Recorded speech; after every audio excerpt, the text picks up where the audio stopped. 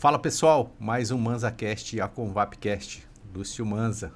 Hoje eu tô com minha amiga aqui, Maria Rita, mais uma vez. Fala Maria Rita, tudo beleza? Oi, Lúcio, mais uma vez, daqui um pouco eu já tô virando sócia aqui, hein? Já. Já que tô mais uma vez aqui com você. Muito bom. Bom, agradecer os patrocinadores Obratec Projetos e Polo Vale Decor. Nosso programa, ele fala sobre engenharia, arquitetura.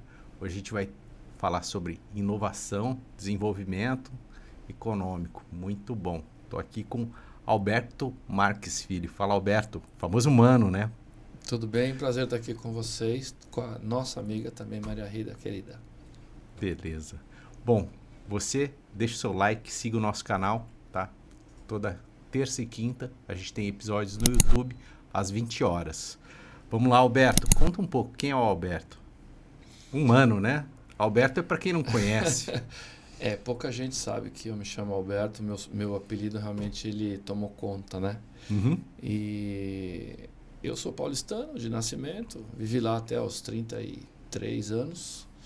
Já tem 26 que eu estou aqui. Então, fazendo a conta da 5.9. Sou engenheiro naval, formado na Escola Politécnica da USP.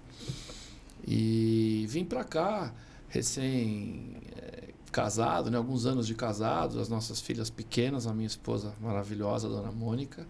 Sim. E a gente tinha as meninas pequenas, né? A Luísa e a Aline. E a ideia era criá-las numa cidade mais tranquila, fugir um pouco daquele ritmo meio insano da capital. Beleza. E foi o que a gente fez. A gente participa de um grupo empresarial que tem várias unidades pelo Brasil. E viemos para São José para montar a unidade de São José dos Campos. E como todo mundo que chega aqui, não dá para sair, né? É a cidade maravilhosa, né? E eu acho que aí foi uma coisa acontecendo depois da outra, né? A gente inaugurou a empresa aqui em 96. Qual que é a empresa? É a Companhia Atlética. Sim. É uma academia de ginástica, uma rede nacional. E temos uma unidade aqui no Colina Shopping. Beleza. E aí, conhecendo um pouco a cidade, alguns anos aqui, foi muito bem a empresa e acabei conhecendo uma pessoa que se tornou prefeito da cidade, que é o Eduardo Cury. Sim. E daí começou essa história, o convite do Eduardo de me tornar secretário de esportes por conta das atividades na academia. Uhum. E aí começou uma história engraçada, né? Era um compromisso com o Eduardo de ficar pelo menos um ano, assim, porque eu não tinha nenhuma aproximação, não sabia nem onde era a prefeitura. Uhum. Eu nunca tinha ido na prefeitura. Como que eu podia virar secretário, né? Pisou lá e nunca mais saiu. Na minha cabeça era uma coisa muito doida, né? Mas, de fato, você percebe que existe um outro lado da moeda que as pessoas normalmente não percebem. Sim. Às vezes até olham, mas não percebem. E é um outro lado muito interessante que organiza a cidade, que provê infraestrutura, que faz com que as coisas funcionem, que cuida de problemas difíceis como lixo, como iluminação, segurança pública, educação. E aí você vai se envolvendo mais com os assuntos relevantes da cidade. Para encurtar a história, no segundo mandato do Eduardo, eu acabei sendo convidado e aceitei a Secretaria de Educação. E foram 4 anos muito intensos, né? Sim. De um orçamento muito pesado, responsabilidades, milhares de contratos e milhares de funcionários. Imagino. É como uma pequena prefeitura, né? O Eduardo brincava ali, falava que eu era meio prefeitinho, porque tinha orçamento, né? A educação tem orçamento. É o prefeito da educação, né? Porque a prefeitura é muito difícil, né? Você tem uma dificuldade, sempre é uma dificuldade orçamentária, tem muita coisa para fazer, os recursos são limitados e você tem que fazer escolhas, né? Sim. No caso da educação é um pouco menos difícil essa situação. A educação no Brasil tem bastante recurso, graças a Deus. Então você faz realmente, desenha processos que você quer implantar e vai para cima. Dá para fazer tudo que a tua competência for capaz de fazer. E foi uma gestão bem legal também. Foram 4 anos importantes. Depois aí fui cuidar da vida. Aí fui cuidar da vida com a mudança do grupo político que assumiu a cidade, né? Voltei um pouco para a empresa, que já estava 8 anos ausente, né? Meus sócios maravilhosos nunca me cobraram isso, mas precisei voltar para a empresa, né? E daí, quando o Felício foi eleito, eu acho que eu dei tanto palpite no plano de governo dele que acabei tendo que ajudar. Ele falou, você deu muito palpite na pasta do desenvolvimento econômico, agora... Mas você já tinha um envolvimento no partido ali, né? Não Ou como que chegava esses... Não, nunca. Nunca tive partido, nunca tive filiação, nunca vou em reunião de partido. tinha nada. Eu simplesmente conhecia muito bem o Felício, uma pessoa que eu gosto e admiro muito, né? Uma pessoa capaz, inteligente, sensata, né? E aí o Felício me pediu para dar algumas sugestões no plano de governo que ele pretendia contratar junto à população na campanha. Eu realmente dei bastante sugestão e talvez a área que eu tenha dado mais sugestão e muitos palpites também foi na área de inovação e desenvolvimento econômico, porque eu realmente achei que estava precisando dar uma melhorada naquilo que estava proposto ali. Era legal, mas era bastante arroz e feijão, né? E aí eu dei algumas ideias um pouco mais criativas para o Felício, do ponto de vista, especialmente trazendo a figura da inovação para a conversa. Sim. Tinha um bom projeto de desenvolvimento econômico no plano de governo do Felício, mas não de inovação. E aí eu acho que eu dei bastante sugestão com o ecossistema das startups, o parque tecnológico, a formação de capital humano criativo, né? E aí uma coisa levou a outra e não teve jeito, né? Durante a formação do governo, ele me chamou um dia lá, falou, foi muito importante a contribuição da inovação, e aí eu Você também combinei tem que ser o secretário. Combinei de está ficar... convidado, né? Felício é uma pessoa que precisava de uma equipe boa, gente experiente. Ele fez uma mescla boa com gente nova. Eu acabei sendo um dos mais experientes da primeira gestão do Felício, né? E acho que foi muito bem, deu no que deu, né? Uma entrega incrível, um prefeito extremamente bem avaliado pela competência dele e do time que ele montou. Sim.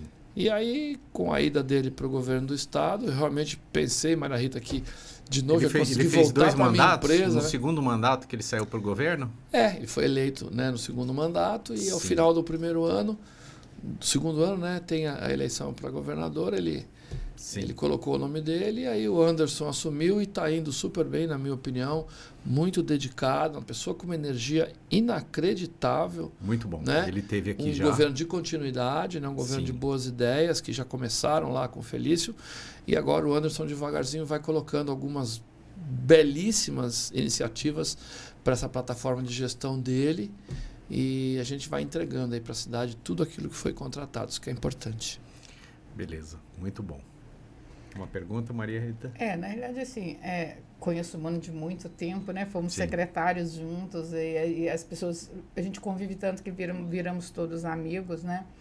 Mas eu acho que eu conheço o Felício há muito tempo, também uma pessoa que eu admiro muito, é um cara que consegue enxergar muito longe, né? A pessoa que consegue enxergar todos como um todo as coisas e muito longe. O que eu mais admiro nele é isso, né? E aí eu acho que realmente vocês trouxeram, né, ele junto com vocês todos, essa questão mesmo de inovação, né? E tanto que viramos aí a cidade inteligente pela segunda vez. E outra coisa que eu acho muito importante que ele fez... Inteligente e sustentável, né? Sustentável, que é muito importante. São duas coisas aí... Isso. E resiliente, que é outra, né? Coisa. Estou esquecendo, tem tantas palavras. Eu acho que o resiliente vem, inclusive, de ter obtido novamente, né? Porque as pessoas, elas se certificam e depois elas esquecem, né? Tem o certificado. E esquece que certificação é uma continuidade de melhoria, né? E aí vem o resiliente, eu acho. E eu acho que, então, deu isso para a cidade. E uma coisa que você falou que eu acho muito importante. A gente, como empresário, estamos fazendo isso na Convap, é renovação, né? Eu sou de partidos políticos, você sabe disso, era de um, sou de outro, fui junto com ele para outro, e os partidos políticos no Brasil, eles se acabam justamente porque eles não se renovam, não deixam pessoas novas entrarem, e aí isso acaba acontecendo na administração também, porque os partidos políticos acabam tendo muita influência na administração. E essa mescla que ele fez, nós já trouxemos aqui o secretário de Segurança, né, que é um jovem, e vamos trazer o de Educação, da Fundais, que são outros jovens, e que a gente tem feito isso na Convap, né? Eu sempre, na minha posse, falei, e é verdade, eu tenho como missão aí, né, nesses 2 anos, preparar os jovens para assumir, porque as entidades estão acontecendo a mesma coisa. Nós conhecemos uma entidade aqui em São José que tem 30 anos, que é a mesma pessoa, e a nível estadual e nacional também, né? As pessoas vão ficando velhas e não deixam outras pessoas assumirem. Então, eu acho que essa mescla que está no governo, que está na Convap, precisa ser em todos os lugares. lugares. A gente trazer os jovens, né? E nós que somos mais experientes, passar essa experiência, né? Porque a experiência é uma coisa que você passa na convivência. E eu queria que você falasse um pouco dos projetos lá da secretaria, do que vocês estão fazendo exatamente nesse momento. Falo sim. Só fazer um gancho rápido. Eu concordo demais com o que vocês acabaram de falar, especialmente essa figura da renovação, porque acho que todo gestor público, e também o privado, talvez isso seja mais evidente, mais óbvio, mais estruturado no setor privado, mas no setor público também o gestor, né, precisa formar uma equipe. E quando ele forma uma equipe, ele tem decisões a tomar. Vai trazer alguém que já conhece, domina, ou vai formar alguém naquela área, mesclando com pessoas mais experientes. Então, sempre a vinda de pessoas mais jovens, menos experientes, no médio prazo, a soma dá maior. Isto agrega. Então, é um arejamento importante. Traz uma visão de geração diferente. Então, a grande sacada, por exemplo, do Parque Tecnológico, é que, com todo o respeito do mundo, as pessoas que idealizaram lá atrás e eram pessoas, né, já mais experientes no Parque Tecnológico, a grande sacada da gestão do Felício, que ele me incumbiu de fazer, foi a renovação das equipes de direção do Parque Tecnológico, e ele está voando.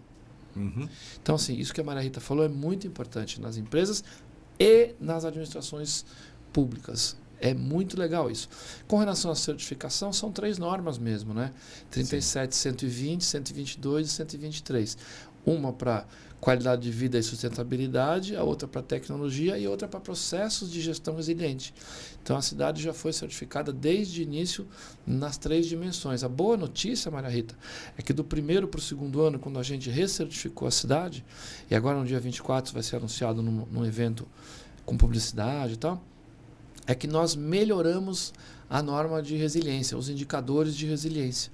Então, a cidade já tinha sido avaliada com mais alto grau da norma em qualidade de vida e sustentabilidade, que é um orgulho para a nossa cidade. Ou seja, é aquela coisa da cidade inteligente, mas para o cidadão, que entrega coisas para o dia a dia do cidadão. Facilita a vida das pessoas com tecnologia e sustentabilidade, né? No segundo nível, nós não temos a certificação em nível máximo de tecnologia. Olha que interessante. Apesar de sermos uma capital tecnológica do país, nós ainda temos arroz e feijão para comer e melhorar o nosso nível de entrega tecnológica do ponto de vista da certificação internacional. Nós somos certificados no segundo nível, que é o nível ouro, né? Qualidade de vida e sustentabilidade, nível platina. Tecnologia, nível ouro. E nós tínhamos sido certificados também nível ouro na resiliência, e agora na recertificação nós conquistamos mais alguns indicadores e fomos certificados com nível máximo também nos processos de resiliência. Então é o que você falou, nós melhoramos. A certificação é um processo de melhoria contínua. Com relação ao que eu estou fazendo por lá, que foi sua pergunta, a secretaria, né, ela é a junção de 3 secretarias e meia. Então a gente ajuntou, né, na Secretaria de Inovação e Desenvolvimento Econômico, além da Secretaria de Desenvolvimento Econômico, que tem essa pauta de atenção às empresas, atração de novos investimentos para a cidade, expansão das empresas que aqui estão, incentivos fiscais, né, a parte de abertura, fechamento de empresas, facilitação dos processos de aprovação, enfim, é uma pauta econômica que é do desenvolvimento econômico. Você tem a Secretaria de Turismo, que virou uma diretoria de turismo e veio dentro do meu guarda-chuva, né? Eu tenho lá uma equipe muito interessante, liderada pela Aline Arantes, que faz um trabalho belíssimo. A gente vai avançando muito robustamente nas questões do turismo. Também é uma coisa que as pessoas olham e não percebem. O quanto São José, já faz tempo, é muito robusta em turismo. Sim. Todo mundo enxerga o lado corporativo do turismo. Ah, uma cidade internacional, muitas multinacionais, tem reuniões o tempo todo, se movimentam os hotéis, o centro de convenção. É verdade. Só que as pessoas não percebem, por exemplo, o turismo de eventos. Agora ficou mais evidente com a Arena Farmaconde, com a quantidade de shows, mas sempre teve. Lá no Espaço Aqua, ali no Sunset. A gente tem uma agenda de eventos enorme. Os churrascos feitos pelo pessoal, os eventos do governo do estado, Reverendo São Paulo, já existe né, uma agenda fortíssima de turismo de eventos. As pessoas às vezes não se ligam muito nisso. Tem uma agenda que não é para se comemorar, mas ela é real. São José é a capital de uma região de quase 5 milhões de habitantes, se você considerar a região metropolitana do Vale do Paraíba, Litoral Norte e também sul de Minas, e o Vale Histórico Fluminense. Você tem alguma coisa em torno de 5 milhões de pessoas que consomem serviços médicos aqui.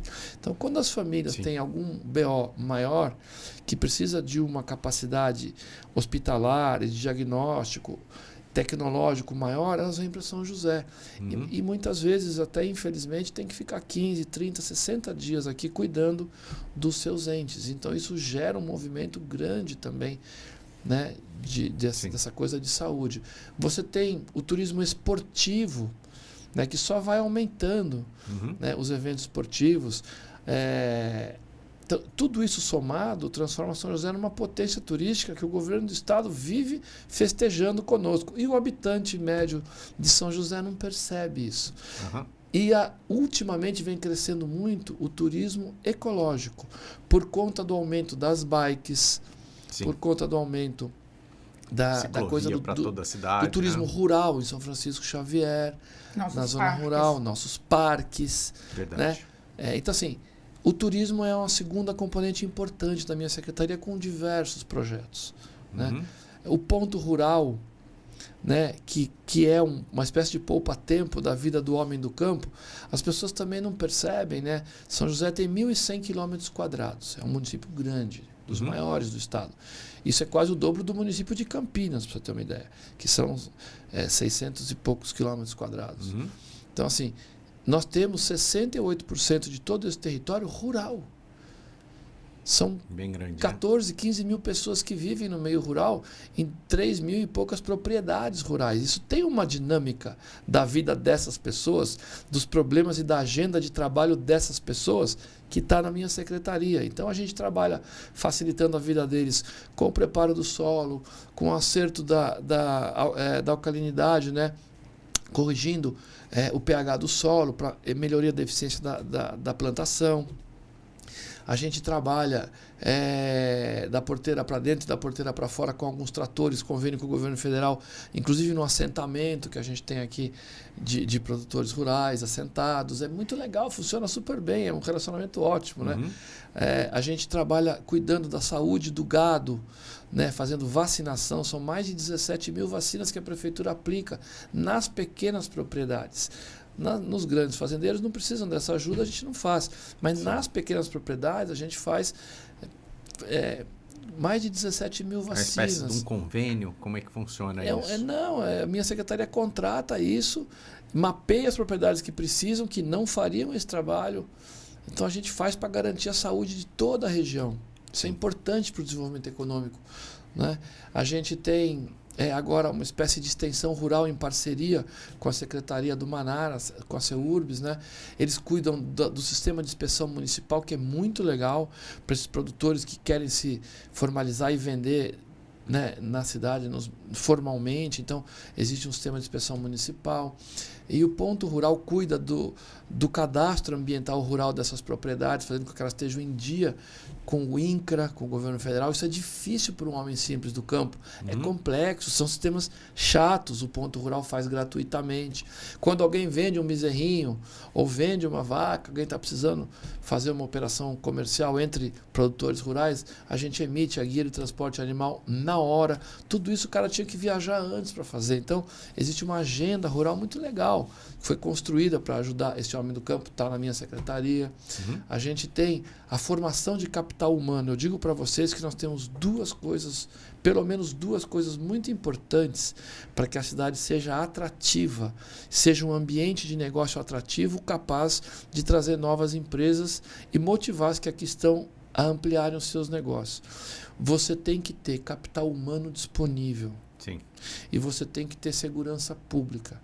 Nenhuma empresa vem hoje para uma cidade e decide por fazer um investimento, às vezes, de dezenas de milhões de dólares, se ela não achar que aquele município é mais seguro do que onde ela está. Sim. Nós temos vivenciado a vinda de grandes empresas e médias empresas para a cidade, saindo de locais onde a segurança pública é terrível. Então, assim, a gente consegue conquistar muitos investimentos para a cidade, demonstrando a qualidade do trabalho feito pelo Bruninho. Você trouxe ele aqui, né, para um podcast. É um grande gestor público, um menino excepcional, guarda civil municipal de carreira, preparado, visão sistêmica, né? E toda a inteligência que o prefeito Anderson vem implementando junto às forças de segurança, porque uma coisa é o secretário municipal trabalhar bem, outra coisa é o secretário municipal trabalhar bem em parceria com a Polícia Civil, com a Polícia Militar, com a Polícia Federal, com a Guarda Civil, e é isso que se construiu aqui. Né? O Bruno é uma parte importante de uma engrenagem junto com essas outras forças. Então, isso aí ajuda demais a gente a trazer investimentos. É uma agenda que eu tenho aqui, né? De formação de capital humano e de demonstrar a qualidade do trabalho de segurança pública. Esses 2 itens são dos 2 mais importantes. Há outros. Tem que haver um ambiente desburocratizado, você tem que facilitar a aprovação dos projetos, a existência e o convívio da empresa, os incentivos fiscais, tudo isso é importante. Mas eu afirmo de cátedra para vocês 2 aqui. Na hora do vamos ver, as decisões dependem da disponibilidade de capital humano de alto nível e de um ambiente de negócio seguro e desburocratizado. Sim. Esses produtores, fazendas, pessoas da área rural, como que eu preciso fazer uma guia de transporte? É via internet? Como que a prefeitura comunica com essas pessoas, faz esse levantamento? Como é que funciona a logística disso? Olha, existem linhas regulares que abastecem a nossa zona rural. Você está falando de ônibus, de comunicação, transporte público? Não, a comunicação. Eu vou vender um gado, vou fazer um transporte. Você falou que precisa de uma guia de transporte. Então, é a legislação, né? Hoje, quando um produtor rural vende um animal, é preciso que seja emitida uma GTA, que é uma guia de transporte animal, que esse animal vai sair da propriedade A para a propriedade B. Sim. E isso era complicado, burocrático. Hoje ele passa no ponto rural, faz na hora. Então, o ponto rural que ele está falando, o Lúcio, é uma espécie de poupa-tempo para essas pessoas. No poupa-tempo a gente não faz tudo? Sim. O ponto rural faz isso para o produtor rural. Entendi. É exatamente isso. É o poupa-tempo, mas para o homem do campo. Então, em vez de ele ir lá fazer CNH, fazer a carteira de identidade dele, ele vai lá fazer a GTA dele, fazer o cadastro ambiental, pedir, ele leva amostras de terra da propriedade dele, nós levamos isso para a universidade, fazemos a análise, devolvemos para ele a quantidade de calcário a ser misturado na terra. Então, assim, é muito legal essa agenda rural. E essas pessoas não imaginam que São José é tão tecnológica. Tem isso? Tem sim. Né? É bem bacana. Já tem gente plantando hoje uva lá no alto, né? Na Serra da Mantiqueira, fazendo vinhos, fazendo azeite, plantando oliva, azeitona. É muito bacana essa agenda. É uma agenda economicamente menor, mas muito bacana e que merece toda a atenção. E a comunicação, você fez uma pergunta excelente. A cada 3 meses, a gente vai para lá, o prefeito vai, alguns secretários vão, eu sempre vou, o Manara sempre está presente, o Minoro da manutenção da cidade, que cuida das estradas ali, sempre está presente, o Bruno da segurança sempre está presente, e alguns outros secretários vão para conversar com essas pessoas que se reúnem lá no Bom Sucesso, depois tem uma galinhada, é um barato. Para galinhada não me convidam, viu, Lúcio? É louco, hein? Mas, o secretário, o que a gente viu nos últimos anos aí sendo de entidades, né, do Felício para cá, e o Anderson continuou, é uma abertura muito grande, é uma administração muito aberta. Isso para as entidades e para a população é muito bom. Né? Você consegue participar realmente, a Convap participa de todos os conselhos que existem, inclusive lá do turismo, estamos lá, de todos os conselhos, mas não é uma participação que a gente tinha, a gente sempre participou, mas ia lá na reunião e acabava, não. Nós participamos efetivamente de todos os conselhos, das formações das leis. Agora, por exemplo, nós temos uma reunião marcada dia 3 com o prefeito, porque nós estamos tendo alguns problemas em loteamento. Né, em aprovações, e não sempre que eu vou falar com o prefeito eu falo isso, não estamos aqui reclamando, São José é um oásis perto das outras cidades, mas é que a gente sempre pode melhorar, né, e aí a gente está tendo algum, então o que a gente, ao invés de falar com o secretário, a gente pediu a ele que reunisse todos os secretários, porque a gente quer ter uma cidade que a gente aprove loteamento em 2 anos. E é possível, conversando com os técnicos, tá? Porque eu acho que os técnicos são excelentes. Então, conversando com os técnicos, eles falaram, se a gente resolver isso, hoje a gente gasta 5, 6 anos para aprovar um loteamento, a gente pode aprovar em 2. Muito longa, né? Tanto que a gente também está trazendo agora, dia 18, uma vida. Nós estamos trazendo também o presidente do Grapoab. Ele vai vir na Convap, porque a gente precisa conversar com o poder público e nós nunca tivemos tanta abertura, tanto aqui em São José e agora com o vice-governador lá, com o governo do estado também, porque a gente sempre fala assim, para que a Convap foi fundada? Ela foi fundada para defender os empreendedores de São José dos Campos, Vale do Paraíba e Litoral. Mas nós primeiro temos que defender a cidade. Porque se você estava dizendo de outras empresas vir para cá, para as empresas que estão aqui, que são da Convap, se nós não temos segurança, educação, todos esses fatores que trazem essa cidade inteligente, sustentável e resiliente, nós também não vendemos, né? Então, nós brigamos por uma cidade como a nossa cidade, que continue assim, que melhore sempre, porque vai ser bom para os nossos associados, né? Então, eu acho que essa parceria que o governo abriu desde o Felício, que o Anderson continua, da gente poder ir, colocar as nossas dores, né? E procurar soluções junto, é muito importante para a cidade e tem sido muito importante para a gente. Você fez uma colocação no início do nosso papo aqui, que aliás está muito agradável. Muito obrigado pelo convite. Eu não agradeci vocês, me desculpe. É um prazer estar aqui batendo esse papo. Você falou da visão, né? Que tanto é uma característica do Felício como é do Anderson. Ambos enxergam longe do ponto de vista de um gestor municipal que sabe o que quer, sabe seu papel e quer agregar valor para a cidade ao longo da administração em que estiver sentado naquela cadeira, que é difícil aquela posição. Você tem que fazer escolhas, tem que fazer decisões difíceis, prioridades, e tanto o Felício quanto o Anderson têm essa capacidade de enxergar com clareza o que deve ser feito.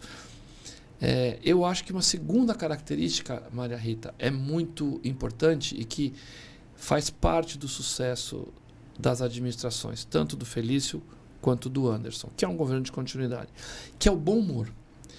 Isso não é alguma coisa para se desprezar. Isso não é trivial. Não é mesmo. Existe uma atmosfera de bom humor na equipe de trabalho que você conhece, porque você esteve lá, mas é impressionante. É impressionante, né? Então, eu acho que a competência das pessoas, a dedicação das pessoas, são pessoas que gostam da cidade, que estão ali para colaborar com a cidade, né? São pessoas competentes, comprometidas e todo mundo tem muito bom humor. Isso faz diferença. Quando você precisa fazer alguma coisa em conjunto com o secretário, ontem, por exemplo, à noite mandei algumas mensagens de uma situação que eu preciso resolver, eu dependo de uma outra pasta, né? É muito legal você receber uma resposta bem-humorada do seu amigo secretário, porque ele é mais do que só o seu colega secretário. Sim. Ele é o seu amigo secretário. Então, quando você faz as coisas com competência, com comprometimento, mas também com essa cumplicidade ética e de amizade, funciona melhor. Todo mundo joga no mesmo time, e né? a cidade vai avançando. E é muito legal quando você tem uma liderança de uma pessoa como o Anderson. Ele é muito bem-humorado. Ontem, ele estava mandando mensagem para a gente na reunião do secretariado. Era 5h30 da manhã lá. A gente estava na reunião do secretariado aqui 6 horas da tarde. Então, assim, são pessoas e mandando coisa bacana e divertida. Né? Então, assim, isso nos anima a trabalhar bem, mais e melhor. Então, eu acho que a cidade vai indo bem, a gente vem batendo recorde de geração de empregos, a gente vê uma conversa que preocupa o nosso país de desindustrialização.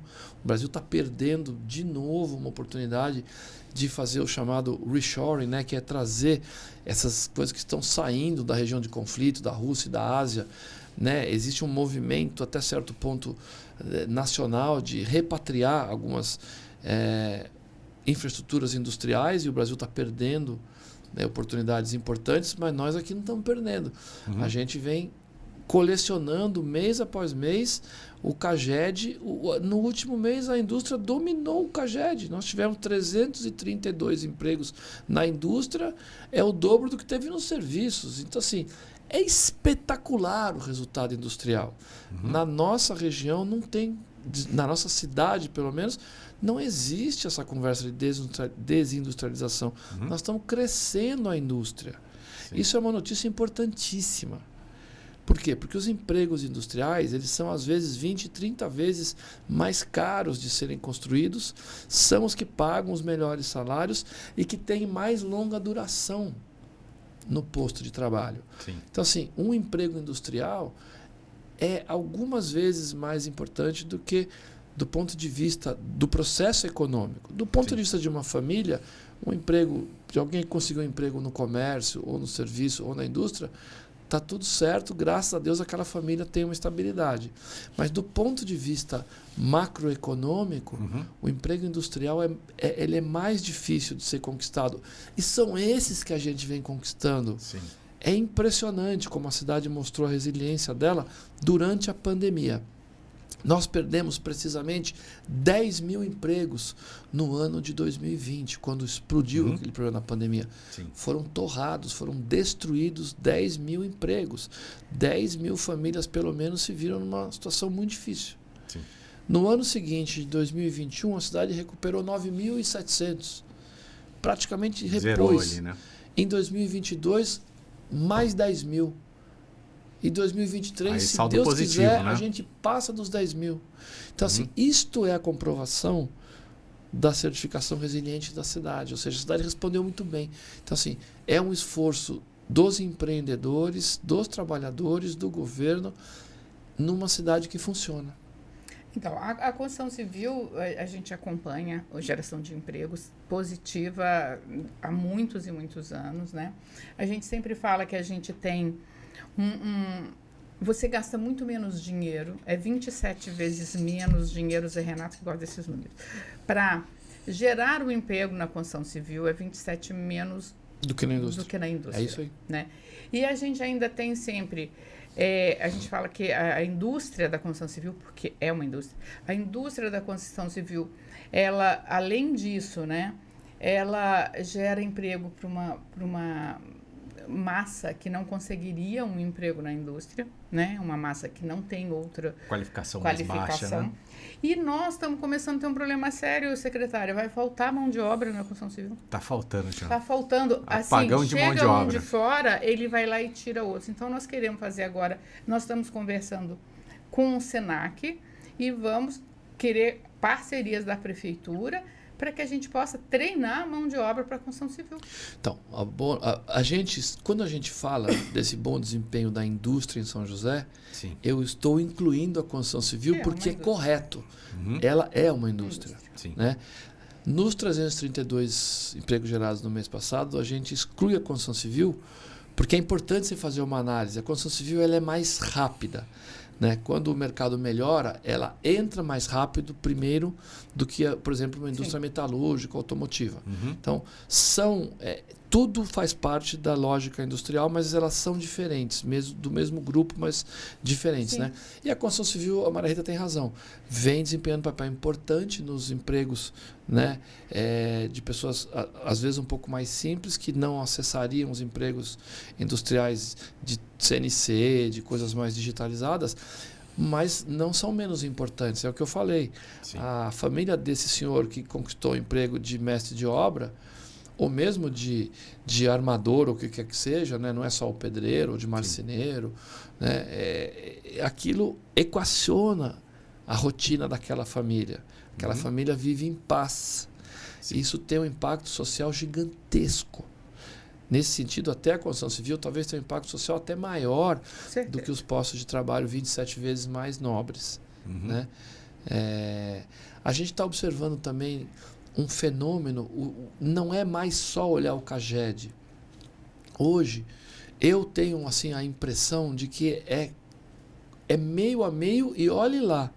Quando você gera 1.000 empregos num determinado mês com carteira assinada, muito provavelmente você gerou outros 1.000 com outros formatos. Às vezes a pessoa vira um microempreendedor, às vezes ele é um MEI, às vezes ele é um autônomo. Então, mudou um pouco a estrutura. Então, quando a gente fala São José gerou 10 mil empregos, provavelmente foram 20 mil. Com certeza. 10 mil estão dentro tem a dos venda microempreendedores, o cara que é o a venda autônomo, que é do lado da casa do cara, a gasolina que ele vai gastar, a escola do filho, ou uma roupa que ele vai comprar, uma coisa que ele vai comprar no comércio. Então, aquilo acaba fazendo uma bola de neve. A gente está atento a essa mudança, então a gente tem números muito interessantes. A percepção da população melhorou demais nesses últimos anos, né? Com relação ao cenário, como o poder público vem ajudando o acesso às vagas de trabalho. A gente tem um contrato com o SENAC, como tem com o SENAI, com o SEBRAE, com o SESI, com o CEPAS maravilhoso lá do Jorge. E a gente pode, já fica à disposição, vocês afinem quais são as profissões que vocês estão enxergando o maior gargalo de formação. Me passa essa informação, a gente já imediatamente coloca os cursos no programa Qualifica, que esse ano deve entregar 32 mil cursos gratuitos de formação profissional. É um mundo. Sim. Se você imaginar que o Estado, outro dia anunciou que vai fazer 200 mil, a gente numa cidade fazer 32 mil é uma loucura. E é um dos segredos do sucesso do processo econômico, qualificar pessoas. Lembra que eu falei? Você tem que ter mão de obra qualificada, tem que ter segurança pública e ambiente desburocratizado. Então, é engraçado como uma coisa puxa a outra. Eu mudei para São José em 86, já sou joséense. Quando eu mudei para aqui, eu tinha dois filhos pequenos, e você tinha que levar... O que o Vale do Paraíba busca aqui hoje, que você falando, uma medicina, né, mais especializada, você tinha que buscar tudo em São Paulo, né? Eu vivia em São Paulo com meus filhos tiveram alguns problemas de saúde. E aí, o que acontece hoje? Por causa da qualidade de vida, o médico de São Paulo, ele quer que os filhos tenham qualidade de vida, ele vem para quê? Né? Meus médicos todos, eles ficam 2 dias por semana em São Paulo, eles são do Einstein, eles são não sei de onde, mas eles querem que os filhos tenham qualidade de vida, então eles vêm para aqui. E a partir do momento que eles estão aqui, eles dão melhor qualidade de vida para quem está aqui. Uma coisa vai puxando o outro. Da mesma maneira, a gente está falando aí de geração, por exemplo, geração de emprego na construção civil. Por que a gente hoje conseguiu um boom na construção civil? Porque nós fizemos leis adequadas para o momento, leis modernas, e o poder público junto com as entidades, junto com a sociedade. Então, eu acho que uma cidade como a nossa, né, ela é feita... Eu acho que esses governos, tá, tanto o Felício e o Anderson, entendem mais do que ninguém que uma cidade é feita por todos e deixa que todos participem dessa construção, embora sejam firmes em propósitos e tenham propósitos e enxerguem longe, eles permitem que a sociedade participe da construção da cidade. Eu acho que isso é muito importante. E acho que eles permitem por um entendimento de que é dever deles fazer isso. Ninguém é dono da verdade, ninguém faz nada sozinho. São pessoas que têm opiniões firmes, mas que escutam. Né? Então, quantas vezes a gente teve discussões difíceis dentro do grupo de secretários? Olha, nós entendemos que isso aqui deveria ser assim, isso está planejado para ser assado e vamos discutir. E algumas vezes se muda, né? As direções das coisas. Então, especificamente no pacote que a Convap tanto participou na elaboração, vocês passaram por assuntos delicados, como, por exemplo, a outorga onerosa. E olha como ela produz efeitos positivos, porque ela foi feita de uma maneira de bom senso. Ela não foi arrecadatória, ela foi feita de uma maneira dentro do possível, com boas práticas, né? Para falar de uma. Esse é o único ponto que a gente não concorda muito, secretário. A gente continua achando que ela onera, principalmente novela, os pequenos, a gente continua tanto ela onera, achando... que ela chama outorga onerosa, mas assim, o que se faz com esse recurso é importante. A gente acha que não é, a gente continua discordando. Mas a gente porque também... o pequeno que acaba sofrendo, porque ele não tem recurso para fazer o código de empreendimento, obras. né? Veja o código de obras. Qual é o nosso entendimento? Né? Nós somos uma parcela da sociedade, né? A Convap e os construtores. Então, nós não íamos ganhar 100%. Né? Então, é um entendimento nosso também disso. Discordamos até hoje da outorga onerosa, tá? Mas a gente não ia ganhar 100%. O conjunto de leis que foi feito não eram nossos, eram da sociedade. Né? E nós ganhamos, discutimos muita coisa, levamos nossa opinião e fomos ouvidos num monte de outras coisas. Exato. Então, não é algo descolocado, é algo que faz sentido. Você não pode olhar isso pela ótica só do VGV do empreendimento. É o que você falou, é uma construção coletiva, uma construção de cidade. Né? Olhou-se as práticas, olhou-se as soluções. E queira ou não queira, a cidade cresce de maneira planejada. As pessoas que vêm aqui percebem Sim. isso. Né? Por exemplo, a reformulação do Código de Obras, né? que é algo que trouxe especialmente o DNA das questões, né? de responsabilidade social e ambiental ali dentro. Tem práticas interessantíssimas ali. Né? Você falou, a gente tem que ter capacidade de aprovar um loteamento em 2 anos e meio, para exagerar 3 anos. 100% de acordo. Né? Sim, não. Tem que fazer. Vai trazer muita dinâmica para a cidade. Aprovar, né? O crescimento da cidade vai acelerar. Talvez esse ganho de velocidade dentro de um pipeline de projetos de uma consultora estruturada é muito dinheiro. É muito dinheiro. Então, vamos olhar estes ganhos. Né? Então, eu acho que isso tem toda a razão. E eu acho que uma coisa também que a gente consegue hoje é assim, nós temos excelentes técnicos na prefeitura e que enxergam dessa maneira. Que enxergam que o empreendedor está ajudando a cidade a crescer, né? E o que eu acho é que, assim, por exemplo, a aprovação hoje lá com o Rodolfo, que é o diretor de aprovação de projetos, eu aprovo um projeto, seja do tamanho que for, sem levar nenhum papel. Eu entro online e recebo online, né? Isso é muito bom pra gente. Minha conta lá, as copiadoras vão falir, porque a minha conta da copiadora era 800 mil reais por mês. Agora é 50, 60. Mas as árvores agradecem o sequestro de carbono da atmosfera. Nós temos que viver nesse mundo. Sim. É nesse mundo que a gente tem que viver. Eu ainda acho que ainda tem papel rodando demais na prefeitura. Por exemplo, loteamento, né? Nós vamos lá, um dos nossos contos se nós conseguimos tirar papel daqui, porque nós não conseguimos tirar daqui. Exato. Né? E esse é um dos ganhos. E assim, não é só o papel, né? Quantas vezes eu deixei de ir na prefeitura? Quantas vezes um monte de gente ficou, menos gente para ser atendido, menos demanda. Na copiadora. Não, em todos os lugares. E o loteamento deve ter um papel gigante, né? Porque é um bairro ali todo desajeitado, né? E eu acho que o prefeito nem enxerga isso ainda, porque é muita coisa. Assim, a gente fala que pro Grapoab, o dia que eu vou levar um projeto, eu levo uma mala. Minha mala de viagem, eu levo 12, 15 pastas. Eu vou fazer loteamento aqui para algumas secretarias, eu também levo uma mala, né? Então, nós precisamos tirar isso daí, porque nós somos da digital e é fácil, não é difícil, Sim. É só a cabeça das pessoas. Já está implantado na prefeitura praticamente, né? Todo mundo entender isso. Se num setor é possível, no outro também Tem outra coisa que a gente não falou aqui, e eu acho até bom que a gente não tenha falado aqui, porque é tão de ofício, é tão básico, é tão obrigação. Agora você vê, a gente não tem problema com desonestidade, você não vê escândalos, malversação de recurso, né? Você vê as secretarias interagindo com o Tribunal de Contas, que é importante, os processos normais de averiguação. O tribunal é chato, o tribunal é profundo, né? Mas que bom que é assim, né? Mas você não vê aquelas bobagens, escândalo de merenda, de material escolar, aquelas pataquadas que a gente viu recentemente aqui, né? Sim. Graças a Deus a gente... mas mesmo na minha área, né? Você sabe que minha empresa faz assessorias para grandes projetos. O cara vem de fora, a primeira coisa para ele assim, com quem eu falo na prefeitura? O com quem eu falo na prefeitura é para quem eu pago. Não, aqui não tem isso, a pessoa fica olhando para sua cara. Então, assim, tem prefeituras que eu trabalho, que eu brigo muito, muito para sair o projeto. Ele sai muito mais demorado porque eu não aceito que o meu cliente pague.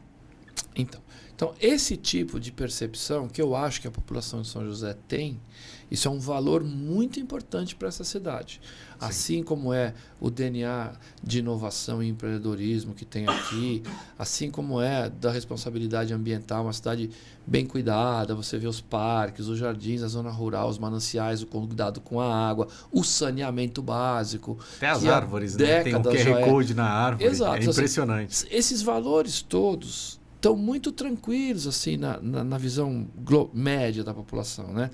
E essa questão da seriedade com o dinheiro público, né? Os prefeitos que são muito severos mesmo antes de autorizar o investimento, né? Isso foi tema ontem na reunião que o Marlen conduziu, né? O prefeito está numa missão na China com o pessoal da Frente Nacional de Prefeitos e o secretário de governo conduziu a reunião ontem, né? Foi colocado lá, né? Olha, posição orçamentária, estamos aqui, nós temos ainda outubro, novembro, dezembro, vamos fazer o melhor uso possível dos recursos que estão disponíveis para os projetos até o final do ano. Isso é legal nessa altura do campeonato, você vê... 2 pão duros, tá? O Felipe acha 2 pão duros. Mas é importante que seja pão duro. Agora, quando há um projeto relevante, não são pão duros. Reconhecem e vamos dar um jeito de arrumar o recurso. É engraçado você estar falando da cidade pegar para ela, sabe? Eu comecei no governo Emanuel, então bem antes de você ainda. E quando nós entramos, o primeiro governo do Emanuel era tudo quebrado. As escolas eram todas quebradas, principalmente os equipamentos sociais. E eu, como mexia com a habitação, mexia muito em parceria com os equipamentos sociais. E outra coisa era a quantidade de lixo e de pichação. Mas eu me lembro do lixo que ele falava assim, jogou, tira, jogou, tira, jogou, tira. A mesma coisa as escolas. Não tem limpo, né? Pintou, pichou, pintou. Ele fala, e hoje essa questão da cidade limpa é da cidade. Qualquer governo que entrar, e nós vimos isso no passado não tão longe, que não cuidar da cidade tá como lascado. A população volta, quer, né? sai. É isso aí. Sai. Porque essa percepção do joseense de que a cidade é boa, tem qualidade de vida, é limpa, é da cidade já, não é mais de governo. Isso é muito bom. É uma obrigação da equipe também. Que está no governo. Se ela não faz, ela sai. Isso. É isso. Eu acho isso muito importante. Virar... porque eu acho que é isso, né? A cidade é das pessoas, né? É nossa. As pessoas esperam isso. Isso. E eles hoje, realmente, essas questões do joseense. Eu acho isso muito bom. O Emanuel trouxe essa figura das regras, né? De botar as coisas, né? Aí veio o Eduardo, que é uma pessoa inteligentíssima, cerebral. Também fez um governo de muita visão, né? Aí vem o Felício, mais agitado, mais para fora, né? Fazendo com que a cidade tenha uma visibilidade internacional incrível, né? Agora bom o Anderson... Humor, né? Como você contou aí. É muito Anderson, legal você... Eu vim para cá em 96, né? Você veio 10 anos antes, né? Mas eu também já me sinto... Faz tempo, José. Eu estou aqui há 26 anos, é isso? 26, 27 anos. É bastante tempo, né? É metade da minha vida, né? Então, assim, é muito legal você sair daqui e ir em outras cidades que a gente sabe que são cidades boas, são cidades legais, mas você olha e fala, não dá no tornozelo. Né? Porque realmente tem muita coisa muito legal. E tem coisa que ainda não é muito legal aqui, tem muito trabalho para ser construído pelos futuros prefeitos e secretários, né? E pelos empresários e pelas entidades. Porque as entidades constroem muita coisa legal, né? Sim. Eu acho que a gente vem caminhando, né? O lado social é um lado importante também, né? A Convap é uma entidade diferente porque ela é muito mais focada do que a média das entidades. Sim. Tem entidades que tem a gente tem uma atuação social, é importante olhar, ajudar a fazer um projeto aqui, outro projeto ali, né? Mas a Convap ela é muito setorial, né? Ela é muito assertiva. Sim. Com a agenda de trabalho, com os associados, os anseios ali, né? São das construtoras. Isso. Né? Mas você tem outras entidades muito legais, muito legais. Você pega, por exemplo, uma SECRE, né, que tem um trabalho social belíssimo ali na divisa São José Jacareí, de assistência social mesmo. Estou falando de cestas básicas. eles bancam ali atividades esportivas, eles criaram atletas que foram para o Sul-Americano de luta olímpica, né? Eles têm lá o Bazar, tem entidades muito legais, né? A própria CI, que tem um trabalho ali, essa obsessão com a revitalização do centro, né? Eu acho que as entidades são muito valorosas, né, na cidade. E o maluco do prefeito que não foi entrosado com elas, porque elas contribuem demais para a entrega. E a gente, assim, né, é um bando de abnegados, né, porque a gente não ganha nada e quando você assume, você acaba largando as suas coisas para cuidar das entidades. Verdade. Mas é muito legal. Agora a gente está... a Convap também assumiu lá o conselho da Gevale, né, da região aqui. A Gevale tem um conselho consultivo, a Convap assumiu a presidência dessa região aqui, porque a gente também entende, eu acho que, infelizmente, os governos não veem assim, sabe, o secretário? Nós aqui viramos um oásis em relação às cidades do entorno e a gente precisa levar esse desenvolvimento para essa cidade. E acho que o vice-governador tem essa visão, né, para o Vale inteiro. Eu brinco que ele é o governador do Vale, vice-governador do estado, governador do Vale, mas assim, vai trazer essa coisa também da gente conseguir pegar um pouco do que a gente tem e levar para o resto do Vale e do litoral, né? Você tem toda a razão e eu tenho só um receio dessa coisa, né? A gente vai vendo essas construções, esse sucesso, o nível de zeladoria da cidade, as coisas de mobilidade. A gente falou muito pouco de mobilidade aqui hoje, sim, mas é uma cidade que provê sistemas de mobilidade que você não acha por aí, né? Qual é o meu receio, Maria Rita? Você vê, né? O meio ambiente tem projetos excepcionais, né? A parte do empreendedorismo, a inovação, a indústria vai indo bem, né? É uma cidade que tem comércio, serviços pujantes, centro de capital. Eu fico um pouco preocupado porque as pessoas olham e falam que precisa de menos apoio, né? É difícil isso, né? Se você tiver dois meninos numa escola, você tem um que tem dificuldade com matemática e outro tem facilidade com matemática, não é uma questão simples saber onde que você investe um recurso, né? Às vezes, né, o desenvolvimento desse que tem mais facilidade com matemática é exponencial se você fizer um investimento aqui no contraturno, ao passo que se você fizer aqui, naquele que tem mais dificuldade, você pode melhorar um pouco, né, a cognição dele. Aonde houve maior ganho? Quando você olha para o investimento que você fez. Então, eu tenho um pouco de receio que outras estruturas, sejam elas estaduais ou federais, não, lá está tudo certo e vem menos coisa para cá. Eu então, não acredito, o Felício tem uma tarefa, acontece. O Felício tem uma tarefa dificílima. Né? Por quê? Porque ele é a voz para a gente aqui. Com certeza. Então, assim, ele vai fazendo um bom trabalho nessa interlocução. Eu espero que ele consiga trazer bastantes investimentos estruturantes para a nossa região toda, não só para São José, mas também para São José. Essa história que a cidade é rica é conversa fiada. Não, é bem administrada. Isso não tem cidades com o mesmo... Então, proporcionalmente com a mesma riqueza e que não são bem administradas. Então, assim, a gente não pode aceitar com tanta facilidade. São José é cidade rica. Não é assim. A gente tem projetos aqui que demandariam centenas de milhões de reais e não há esse recurso. Mas, o secretário, eu não tenho essa preocupação, não, sua não. Vou dizer por quê. Eu sempre achei, como secretária, principalmente na época que fiquei em habitação, mas obras de habitação, a gente teve um momento que, juntando todos os governos, a gente fez 10 mil unidades aqui. E a gente buscava dinheiro fora, não tinha dinheiro do município. E sempre achei isso e continuo achando. Os recursos, eles estão, principalmente recursos internacionais, mas mesmo federais, eles estão para quem sabe buscar. Cidades pequenas, infelizmente, não tem equipe técnica. Nós temos cidades aqui no Vale que nem pequenas são, eu aprovo o projeto, que tem um técnico, ele atende à tarde. Entendeu? Então, assim, como é que com essa equipe técnica a cidade vai montar um projeto, porque você precisa de projeto, e levar? Não monta. E outra coisa, os prefeitos não têm visão suficiente para entender que precisa montar esses projetos. Então, assim, minha preocupação não é essa por isso, porque São José tem não só equipes técnicas, como pessoas no governo de visão que vão atrás. O nosso prefeito não está passeando na China. Ele tem visão de que precisa buscar o conhecimento, parcerias. Empresas. Então, por isso não me preocupa. Eu acho que quem sabe fazer sempre vai buscar e vai trazer. Eu não discordo de você não, mas o que a gente sente, né? O que eu estou falando se refere aos projetos grandes, os estruturantes. Esse que você descreveu, que são os do dia a dia, eu concordo 100%. Meu receio é que, às vezes, a cidade, por ser tão bem tocada, administrada, e essa impressão que ela passa de ser uma cidade rica e tal,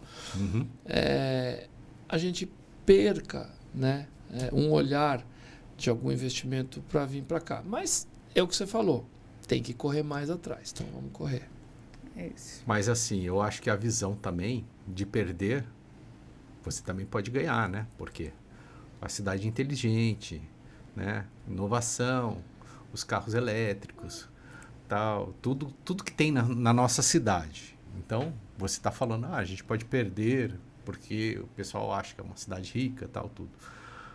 Ou a pessoa pode olhar e falar assim, não, eu vou nessa cidade que lá os recursos vão ser bem utilizados. Do setor privado eu não tenho nenhum receio. Mas eu acho que esses grandes processos estruturantes, eles vão ser feitos com o setor privado. Marita, em vários momentos que nós fomos buscar recurso federal para alguns projetos, a gente fazia um belo de um projeto, e depois a gente recebia um telefonema de alguns setores dos ministérios dizendo, olha, vocês não são elegíveis porque tem cidades que são menores, tal, não sei o quê. Então você acaba fazendo um belo de um projeto, você tem certeza que se viesse aquele recurso você ia desenvolver aquele setor, ou seja, existe uma eficiência de aplicação desse recurso público, que muitas vezes, não por maldade, mas talvez até por falta de estrutura, chega numa cidade que não está tão preparada, o mesmo recurso ele não produz o mesmo efeito. Sim. Então assim, eu entendo que tem que ter um olhar cuidadoso para os menores, mas é frustrante você fazer um bom projeto, você sabe que aquele projeto, se viesse recurso, ia desenvolver um setor, ele não vem porque você já é mais organizado, você não é elegível para aquele... Então, assim, isso é chato. Mas você não concorda, secretário, que com toda a conjuntura nacional que a gente tem hoje e com todos os problemas que a gente tem na nossa economia, e com essa questão, principalmente no estado de São Paulo, da gente privatizar o que pode ser privatizado, porque a iniciativa privada faz melhor. Sim. Você não acha que esses grandes projetos estruturantes, eles vão ser bancados pela iniciativa privada, ou seja, que serão parceiros, e que aí São José está muito mais preparada para buscar esses recursos? Depende do projeto. Se você olhar, por exemplo, para a linha verde, eu não acredito. Eu acho que a linha verde vai ser bancada pelo poder público. Municipal, estadual, quem sabe até federal. Eu não acredito que vá ser feita uma concessão para que o privado construa a segunda parte da linha verde. Pode ser até que eu esteja enganado. Mas eu imagino que é um projeto estruturante, importante, emblemático, mas vai ser feito com recurso público, da cidade e do estado principalmente. Tomara que consiga se captar algum dinheiro.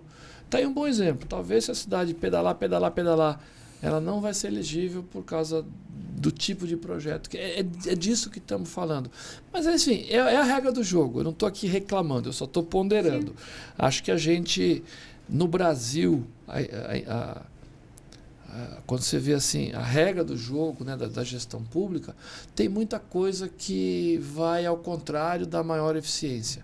Mas nem tudo deve ser olhado com a maior eficiência. Tem coisa que tem que ter um olhar mais social. Você falou muito bem das cidades pequenas. Então, é um pouco frustrante você fazer alguns projetos e você não ser elegível porque você é bem resolvido, bem preparado, em detrimento de outros que não são. Então, assim, é um olhar que ele vai contra o olhar mais cético do engenheiro.